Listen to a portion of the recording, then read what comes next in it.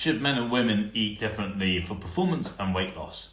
Well, that's a great question, and there are some physiological differences. For women, for example, they naturally have more slow twitch muscle fibers, which means they're very good at using fat as a fuel source, so intramuscular lipids as fuel.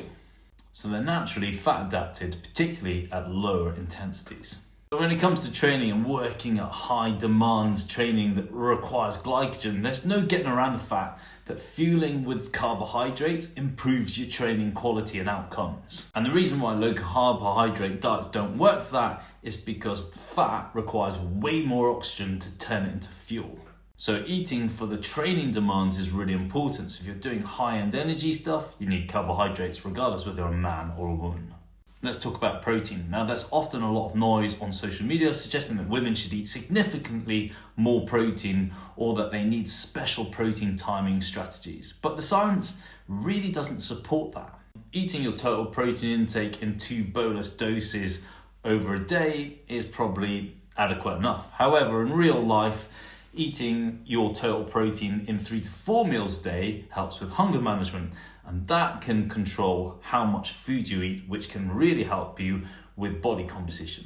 Regardless of gender, we know that many cyclists and long distance athletes use their training as a way to manage their weight, when we know that actually it's what you eat that matters the most. Now, when you drop calories and carbohydrates low, that can really affect hormonal output and your immune function. Another thing to consider is, did you know that a higher carbohydrate diet is muscle sparing? This is the thing I don't think many master cyclists, men or women, understand, that if you have a higher carbohydrate diet within your calorie ranges, you'll still be in great shape and you'll have more lean muscle mass, which is what we want to try and hold on to as we get older. What about metabolism and menopause? Yes, look, as we get older, hormonal changes affect appetite and where your body fat is stored as a female and how your body responds to training. But again, metabolism doesn't significantly slow down until much later in life, around about 70. So if weight gain happens, it's more about changes in your behavior, not some magical shift in the nutrition rules. So should master cyclists, men and women, eat differently to lose weight?